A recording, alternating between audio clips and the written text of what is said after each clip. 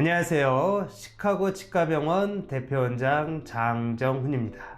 원장님, 오늘은 무슨 주제인가요? 오늘은 자연치아 살리기 중에서도 치근단 절제술에 대하여 궁금증을 해결해보는 시간 가져보겠습니다. 요즘은 임플란트 기술이 좋기 때문에 자연치아를 임플란트로 대체했을 때 비슷한 기능 그리고 충분한 수명을 가지고 편하게 쓰실 수 있습니다. 하지만 자연치아라는 것에 있어서의 가치를 우리가 한번 분석을 해봤을 때 6천만 원에서 7천만 원 정도의 가치가 있다고 해요. 그 정도 자연치아가 가지고 있는 스스로 회복할 수 있는 능력이라든가 혹은 치주인대, 뿌리 주변의 치주인대가 가지고 있는 충격을 흡수할 수 있는 능력, 그리고 무엇보다 내 몸에 가장 맞는 생체적 합성에 맞는 게 내 치아 아닐까요? 그래서 자연 치아를 왜 살려야 하는지는 사실은 모두가 그냥 마음속에 알고 있는 문제라고 생각을 합니다. 혹시 치근단 절제술은 언제 하는 건가요? 치근단 절제술은 자연치아 살리기라는 정의에 대해서 조금 말씀을 드리자면, 당연히 자연치아는 살려 써야 돼요. 그러니까 치아의 수명을 100세라고 봤을 때 작은 충치가 생겼어요. 그럼 뭐 10세, 20세 밖에는 안 되잖아요, 수명이. 혹은 크라운을 씌웠어요. 그러면 30세, 40세 정도 됐겠죠? 거기다 신경치료를 했어요. 그럼 5, 60세 넘어가겠죠? 그렇게 당연히 치료를 해서 쓸 수 있는 정도의 나이가 됐을 때는 자연치아 살리기라는 표현보다는 그냥 치아를 치료한다 이렇게 표현하겠지만, 치아의 나이가 이제 80세가 넘어가는, 예를 들어 신경치료도 하고 보철치료도 하고 치아의 머리 부분의 삭제량도 많아지고 뿌리도 약해지고 했을 때 과연 이거를 빼야 될까 말아야 될까, 80세가 넘어간 치아를 살릴까를 고민해서 노력해서 말 그대로 쓸 수 있도록 살려내는 것이 이제 자연치아 살리기거든요. 그럴 때 치근단 절제술이라는 거는 신경치료, 보철치료 혹은 신경길에 기둥까지 박아서 이제는 재보철치료, 재신경치료가 까다로운 그런 케이스에서 염증을 일으킨 뿌리 끝으로 바로 접근을 해서 염증을 제거하고 그 원인이 되는 뿌리 끝 3mm 정도를 절단한 뒤 독소가 나오는, 염증의 독소가 나오는 그 신경길을 반대로 막아서 이제 깨끗하게 마무리하는 것이 치근단 절제술입니다.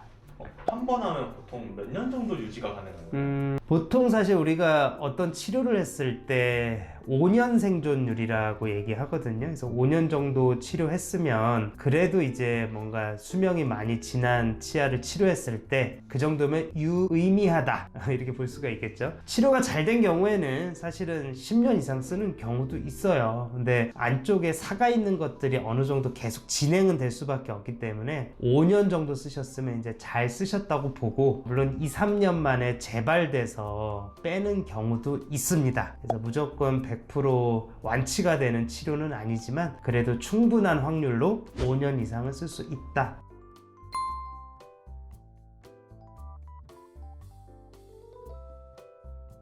환자가 어떻게 보면 이제 치료에 들어가는 시간을 소비를 해야 되기 때문에 환자가 받는 시간과 그리고 비용이라는 측면을 봤을 때, 소비되는, 환자가 소비되는 측면에서 봤을 때는 효율적인 치료입니다. 시간도 한 20분 내외 정도 걸릴 것이고, 비용도 보험이 되고 비보험 진료도 약간 추가가 되기 때문에 시간과 비용 면에서는 상당히 효율적인 치료예요. 하지만 원장으로서, 치과 의사로서 기술적인 측면에서는 다소 높은 기술력이 필요하다라고 보여져요. 왜냐면 뭔가 드러나 있는 치아의 머리를 혹은 드러나 있는 뼈를 접근해서 치료하는 것이 아니라 뼈 속에 있는 치아의 뿌리에 접근해서 미세한 몇 미리 단위의 그런 치료를 해야 되기 때문에 미세한 정교한 그런 좀 시술이 필요한 그런 기술력이 필요하다고 볼 수 있겠습니다.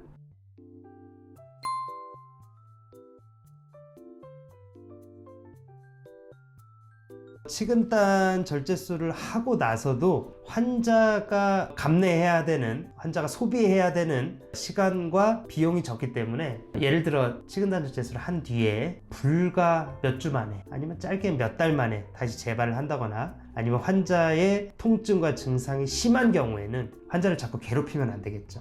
그때는 발치 쪽으로 가겠지만 한 어느 정도 충분히 사용을 한 뒤에 천천히 재발되는 것 같다라고 생각을 했을 때는 한 번 더 시도해 볼 수가 있고요. 때로는 제가 시술을 했지만 좀 부족하다고 생각할 때도 있어요. 근데 환자가 또 예후가 좋지 않으면 다시 들어가서 정성껏 다시 한번 시도를 해서 특별히 다른 문제가 생기지 않고서는 치근단절제술을 다시 한 번 정도는 해볼 수 있겠습니다. 하지만 아까 말씀드린 대로 계속적으로 환자가 불편해 하시고 일상생활이 좀 힘들고 해서 환자분을 괴롭히는 문제가 됐을 때는 그때는 이제 잘 치아를 보내주고 임플란트로서 깨끗하고 단단한 그런 네일을 다시 만들어서 재건해서 쓰는 것도 좋은 방법이겠습니다.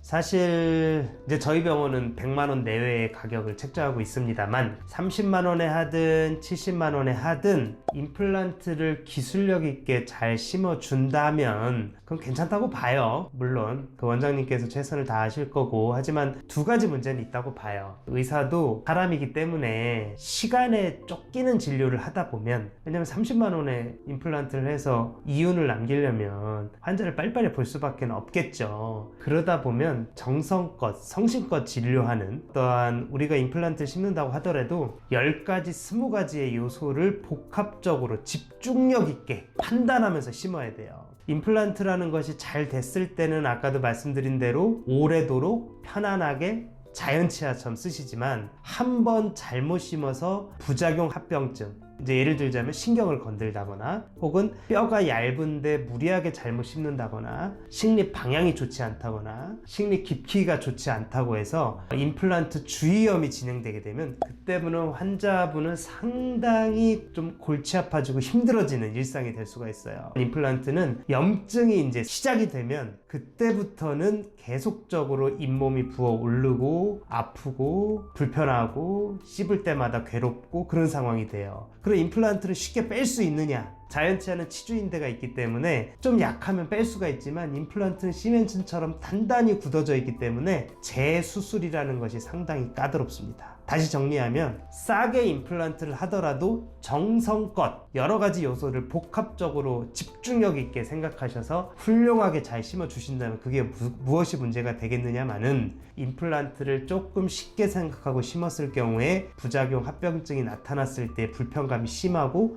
재수술이 어렵기 때문에 제대로 심어야 된다 생각을 하고요. 물론 AS도 중요합니다.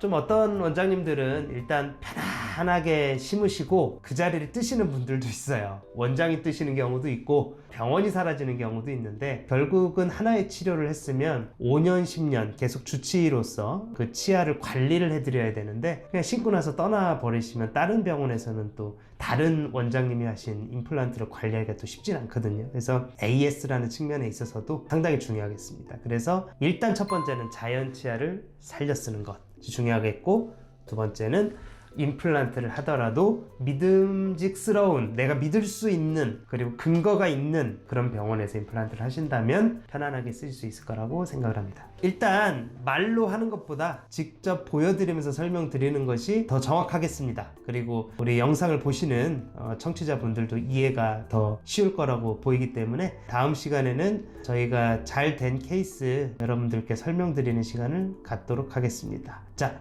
케이스 리뷰 시간 다음에 가져보시죠. 오늘 반가웠습니다.